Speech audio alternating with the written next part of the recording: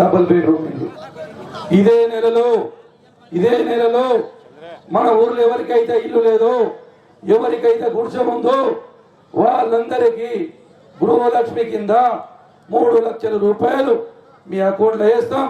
50,000 లక్ష మీరు జమేసుకొని మీ ఇల్లును మీరే కట్టుకునే కార్యక్రమానికి శ్రీకారం చుడుతున్నాం. కొంతమంది అనుకోవచ్చు, ఎమ్మెల్యే వచ్చిండు, ఉన్నాడు అడిగిపిస్తే అడగవచ్చు, గొడవ చేయొచ్చు. నేను ఎందుకు వచ్చినా? ఓట్ల కొరకు వచ్చిన. ఓట్లు 4 నెలలు ఉన్నాయి. అప్పుడు నీకు ఎవరు నస్తే వాళ్ళకి ఏతం. నేను మంచోడిని అయితే నాకు ఓటు వేయండి, నేను మంచోడిని కాకపోతే మీ ఇష్టం. నేను మీ పాలేరుని. ఒక వ్యవసాయదారుడు ఒక పాలేరుని పెట్టుకొని మంచి పని చేస్తే ఆ వ్యవసాయదారుడు పాలేరుని తీసేస్తాడా? జీతగాన్ని తీసేస్తాడా? తీసేస్తాడు. పని చేయకపోతే తీసేయడబడతావు, ఆ కాల బాగులో పడేస్తావు. అంతేనే కదా. మరి నేను కరెంట్ ఇచ్చిన, 24 గంటలు కరెంట్ ఇచ్చిన, రైతు బంధు ఇస్తున్నా, రైతు బీమా ఇస్తున్నాం, కళ్యాణ లక్ష్మి ఇస్తున్నాం, షాదీ ముబారక్ ఇస్తున్నాం, ఇలా దళిత బంధు.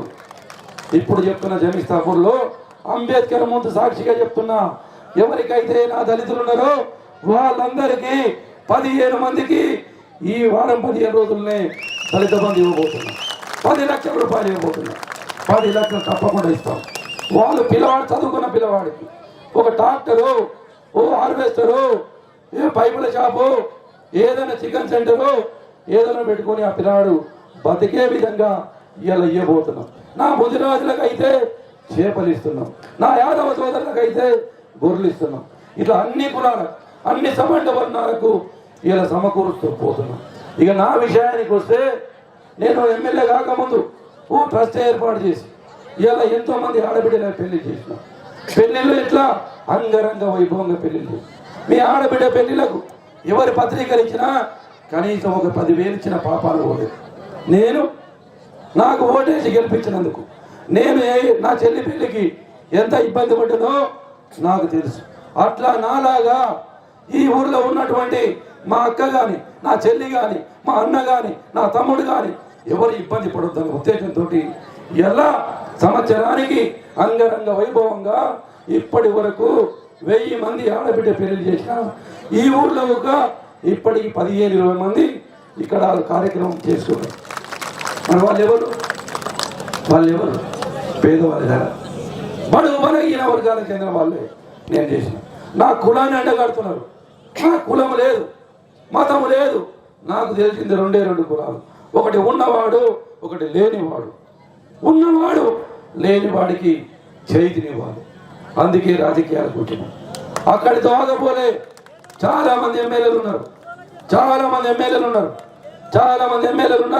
ఏ ఒక్క ఎమ్మెల్యే ఒక్క పెళ్లి చేసిన పాపాల పోలే.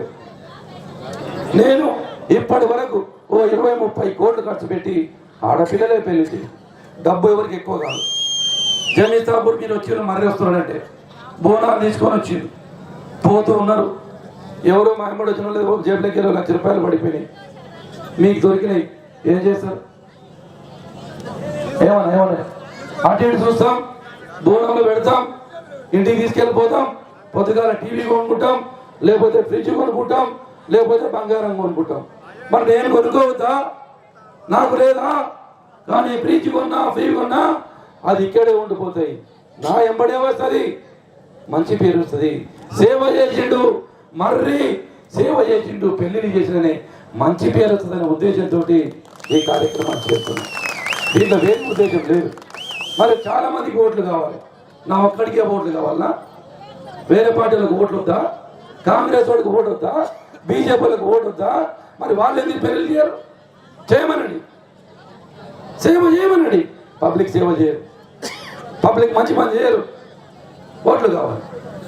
అవును, ఇవాళ యువతకు డ్రైవింగ్ లైసెన్స్ లేదని 11,500 మంది అప్లై చేస్తే ఒక్కొక్కరికి 3,500 చొప్పున 5 కోట్ల రూపాయలు నా సొంత డబ్బు పెట్టి వాళ్ళందరికీ ఉచితంగా డ్రైవింగ్ లైసెన్స్ ఇప్పిస్తున్నాం.